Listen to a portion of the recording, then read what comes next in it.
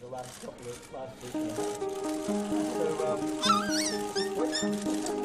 weeks. Prince George of Cambridge, William and Kate's firstborn and future king, celebrates his first birthday. Upwardly mobile, walking at one. These are the latest photos for the Cambridge family album. They complete a busy year for the royal Todd. The Queen and Prince Philip are mightily proud of this young lad. From £8, 6 ounces to confident little boy, the third in line to the throne has already conducted his first public engagements. We could see a little boy who was beginning to interact with the world. In doing so, he's endeared himself to many an anti-monarchist. New Zealand and Australia fell in love with the little chap. They dubbed him the Republican Slayer. His media pull surpasses even that of his mother. Every time he's photographed, it's a major event. I mean, this toddler is going to be king. With his first year under his belt, the Georgian era is well underway.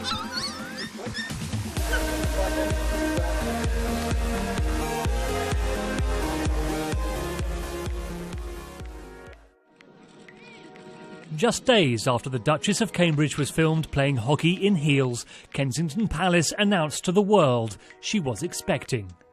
The guessing games began. Was Kate carrying a future king or queen? But like many couples, the royal parents-to-be wanted to find out on the day. And when that day came, he or she would be born at the private Lindo wing at St Mary's Hospital in Paddington. The big question was, when was the baby due? In what was going to be one of the most significant photo calls in modern royal times, space was at a premium. So media organisations from here in the UK and around the world had to make sure that they got their spot to get the shot of William and Kate emerging from the Lindo wing.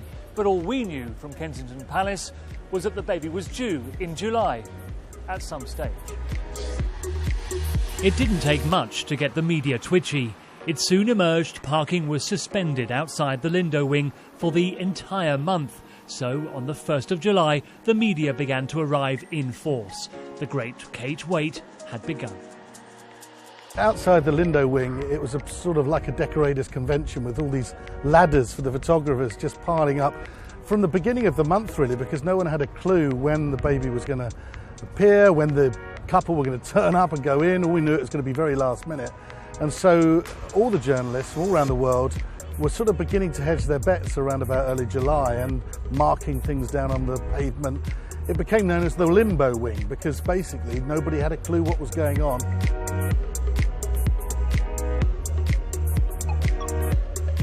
We were here every day, we were meeting up, we were checking up on the news. There were odd, quirky little photo opportunities going on.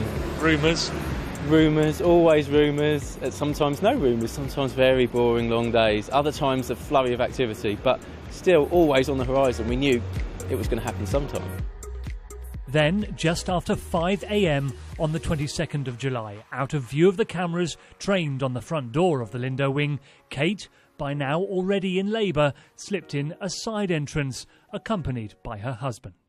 Very good morning to you. Breaking news, the Duchess of Cambridge is admitted to hospital in labour. She travelled to the Lindo wing of St Mary's with the Duke of Cambridge earlier this morning. The first man to know, as you would expect, our royal correspondent Paul Harrison with me now. Hi, tell us what happened. Well, Kate, I got a call just after 5:30 this morning from somebody who saw Kate's vehicles arrive from Kensington Palace. She went into labour naturally, and that was when she was brought here to the Lindo wing. That she is well, which is good news. It was a sort of national vigil, and the mass of the world's media crammed into that tiny street outside the Lindo wing, disturbing every young mother trying to be safely delivered of their child. But it must have underscored again for the Duchess of Cambridge quite what a child she was delivering. As you can see, everybody literally ran from the Victoria Memorial here towards the gates there. Kate Burley, let's go back to you. It's a son, we're being told, Anna. It's a son born at 4:24 p.m. Kensington Palace say that the Duchess of Cambridge has been delivered of a son, their terminology. Her Royal Highness, the Duchess of Cambridge, was safely delivered of a son at 4:24 p.m, so quite some number of hours ago. You can hear them cheering.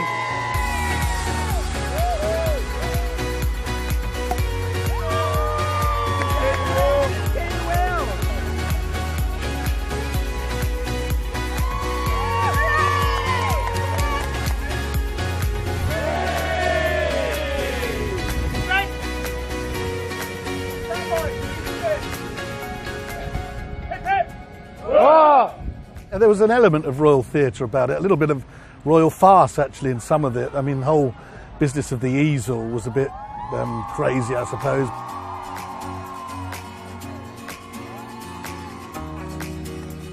Some of the American channels are particularly like that. But no, it was an incredible moment. Congratulations, I love you.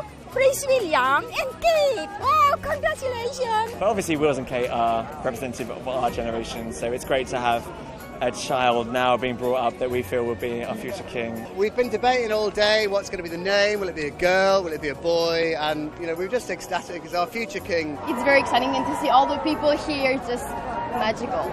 It's really magical. We are very happy, and we are looking for the baby. We're the baby! For the baby. But they and the rest of the world would have to wait until the following day to see William and Kate emerge with their son. Meanwhile, the news continued to be spread far and wide into the night.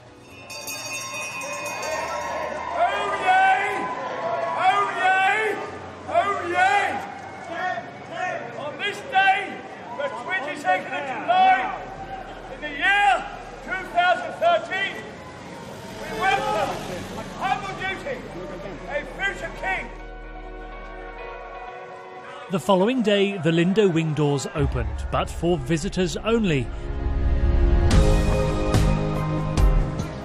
Michael and Carol Middleton dropped by to see their first grandchild. He's absolutely beautiful, they're both doing really well, and we're so thrilled. How are the parents doing? Fabulously. The Prince of Wales and Duchess of Cornwall followed soon afterwards, hinting it wouldn't be long before we'd see the future king and heir. How is the baby boy, sir? We'll wait and see. You'll see in a minute. Well, there was so much anticipation, and there were so many false starts because the doors were twitching and the cameras were all just focused on this pair of closed doors for hours, and every time someone came out we thought, is that going to be them, is that them? Here we go. Oh, false alarm, okay. Eventually, after all of that, they came out, and William and Kate and George, and it was the first time that the world got to see Prince George, the future king.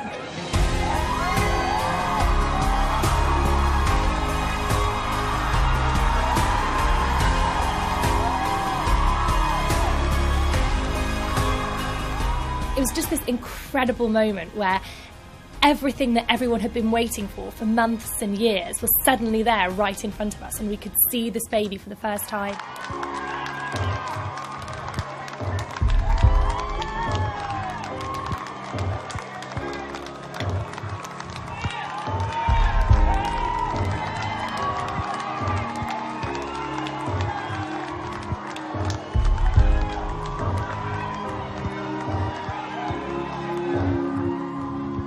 People knew it was a moment. It was a big moment. The interviews and the questions, I certainly didn't expect two new parents that had been through what they've been through to engage like that. It was enormous. I mean, all credit to them for doing it, because it must have been huge pressure. And so any pressure, I suppose, that we felt was definitely superseded by their pressure. Well, he's got a good pair of lungs on him, that's for sure. He's a big boy, he's quite heavy, but we're still working on a name, so we'll have that as soon as we can. But it's the first time we've seen him, really, so having a proper chance to catch up and see him.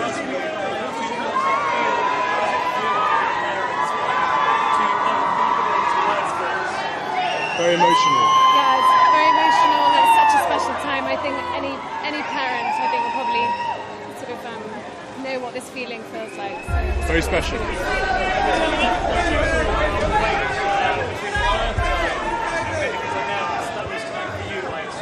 was, and I'll remind him of his tardiness when he's a bit older, because I know how long you've all been sat out here, so hopefully the hospital and you guys can all go back to normal now and we can look after him. So it's got her looks, thankfully. No, I'm not sure about that.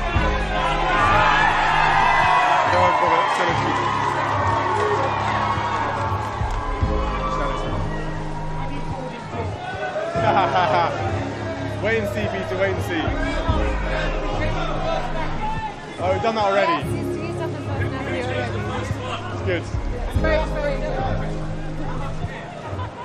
good. She's got way more than me, thank God. I think I was on such a high anyway, and so was Catherine, about George, that really we were happy to show him off to whoever wanted to see him. As any new parent knows, you're only too happy to show off your new child and, proclaim that he's the best looking or the best everything. It's nice that people want to see George, so, I'm just glad he wasn't screaming his head off the whole way through.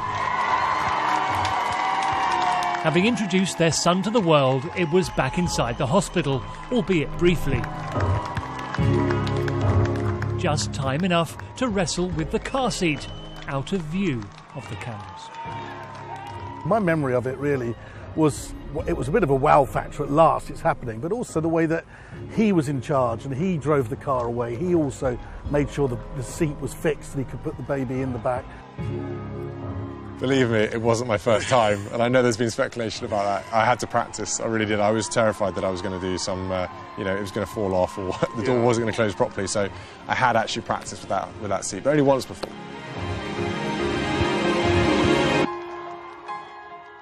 Where I can be, I'm as independent as I want to be, and I think driving your son and your wife away from hospital when they just had a born was really important to me, and I don't like fuss, so it's much easier to do it yourself.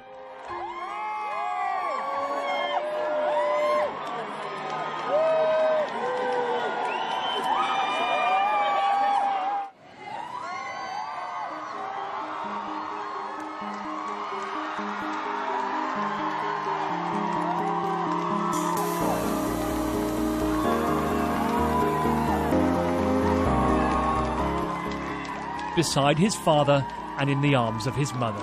Having arrived in the world just 24 hours earlier, a future king, as yet unnamed, was presented to the world.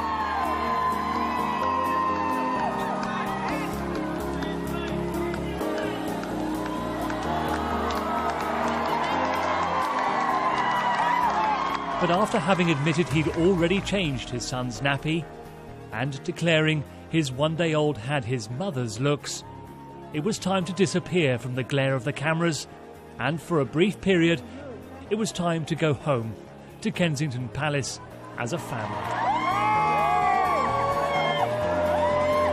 He's a little bit of a rascal, I'll put it that way. So he either reminds me of my brother or me when I was younger, I'm not sure.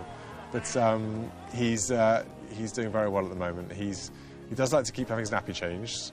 He's growing quite quickly, actually, but he's a little fighter. He kind of he wriggles around quite a lot, and he doesn't want to go to sleep that much, which is a little bit of a problem. But the Cambridges wouldn't be at Kensington Palace for long enough, though, to be sure of a name for their firstborn, and for it to be announced by Kensington Palace, George Alexander Louis, or Prince George of Cambridge.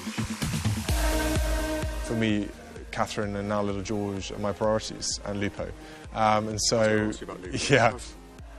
He's coping all right, actually. I mean, as a lot of people know who've got dogs and bringing newborn back, they take a little bit of time to adapt. But no, he's been all right so far. He's been slobbering sort of around the house a bit, so he's perfectly happy.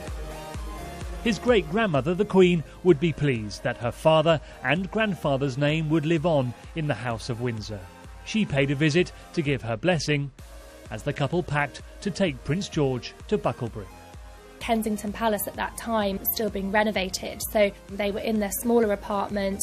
Bucklebury and Kate's parents' house was really a place where they could completely be at home. They could get everything they needed there. They had Kate's mum helping, they had the family helping. It did make a lot of sense for them to go there.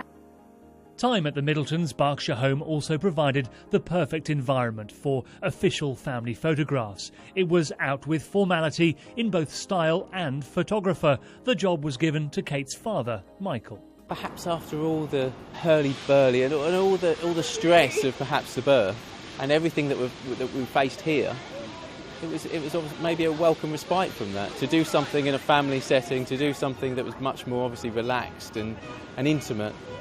But those initial relaxed few weeks away from the cameras soon came to an end, with the christening of the Prince, who will one day be Supreme Governor of the Church of England. Prince William and Prince Charles were both christened in the music room at Buckingham Palace, but William and Kate had different ideas when it came to the christening of their son, Prince George. Instead, they chose the intimacy of the Chapel Royal here at St James's Palace. It was steeped in history, but more than that, it was where the coffin of the Duke's mother, Diana, Princess of Wales, rested the night before her funeral.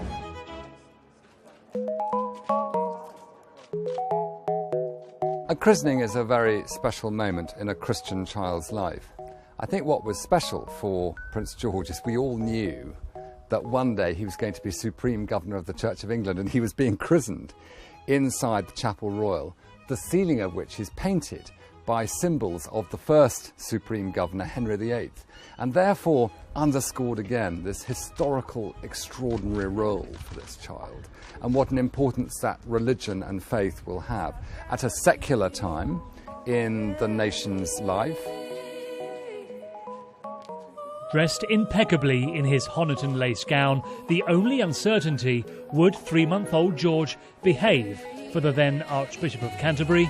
Kate would later reveal he did. He was such a good boy, actually. We're very, very lucky. Not always like that, but yeah, I think he enjoyed all the... He did the different people and like, I think there was lots of action going on. I think he gets slightly distracted.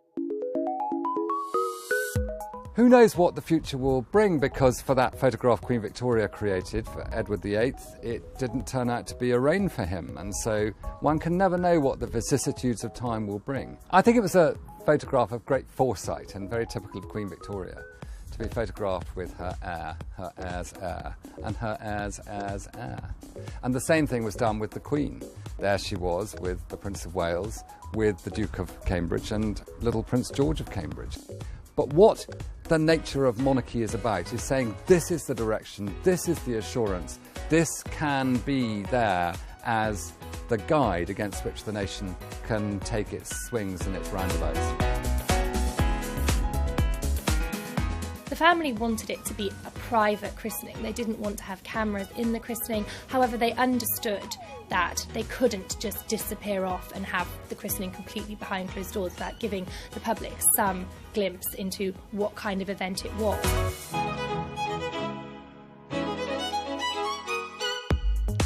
Prince George has been born into a time when monarchy is moderately popular in the United Kingdom, and the concept of it around the Commonwealth and in the world. And I think that that's made it very much easier for two young parents trying to find their way. Demands have been made to see the child, and I think they've got the balance just right. I mean, the fact that they've taken him around the world and they've also held that privacy that he needs to develop has been perfect.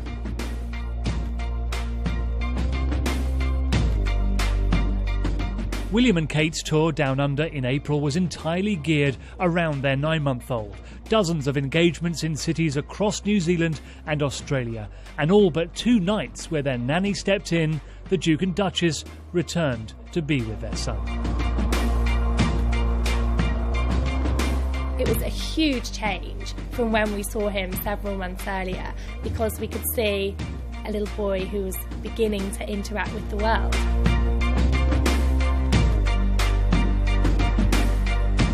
Even though William and Kate were very happy to bring Prince George to Australia and New Zealand, and they wanted to show him off and they wanted the public to see him, I think they also didn't want it to become this constant stream of what George did next. They didn't want him to be on display all the time, every day. So they very much picked choice moments for him to come out and to be seen and to be presented to the public.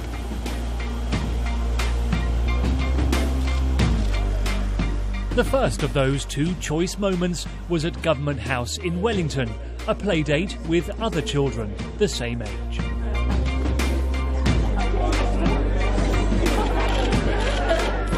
A lot of the parents there described him as very advanced for his age. They described him as a little bit intrepid. He was crawling very confidently, he was moving around, he was picking up toys, he was looking at them, he was looking at the other babies, and I think it was a huge change from when we saw him several months earlier, because we could see a little boy who was beginning to interact with the world. Just as Prince William had done in New Zealand 31 years earlier.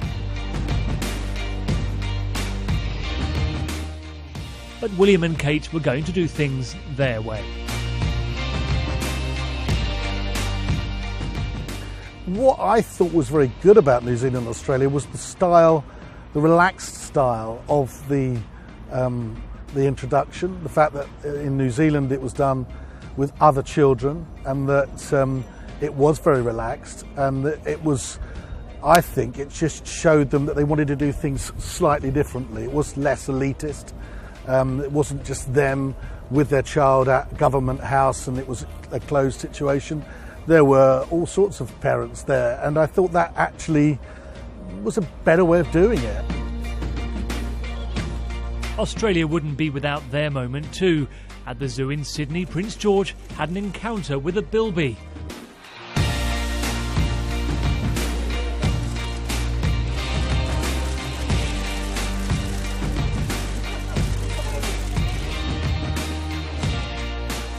Early moments in a future king's life, cameramen know they have to get right.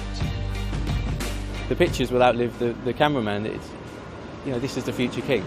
So put that to the back of your mind and then get on with the job, and thankfully the results were quite good.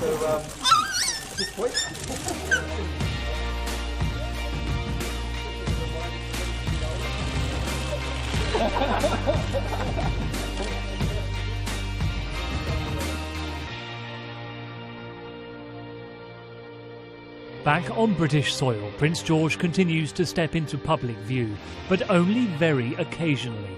William and Kate have been careful to protect their son from overexposure to the cameras. When that candle is lit and those very able lungs blow it out, it will mark extraordinary success in terms of the parenthood of two young mother and father, and the amazing way they've protected this young bundle of love.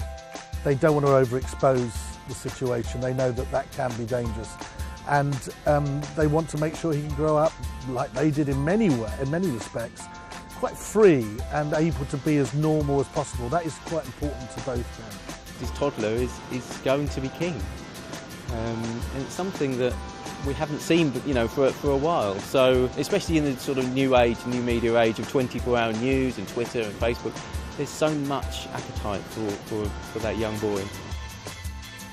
It's been a big year of firsts for the future king. Perhaps the next will be to learn the responsibility of being an elder brother.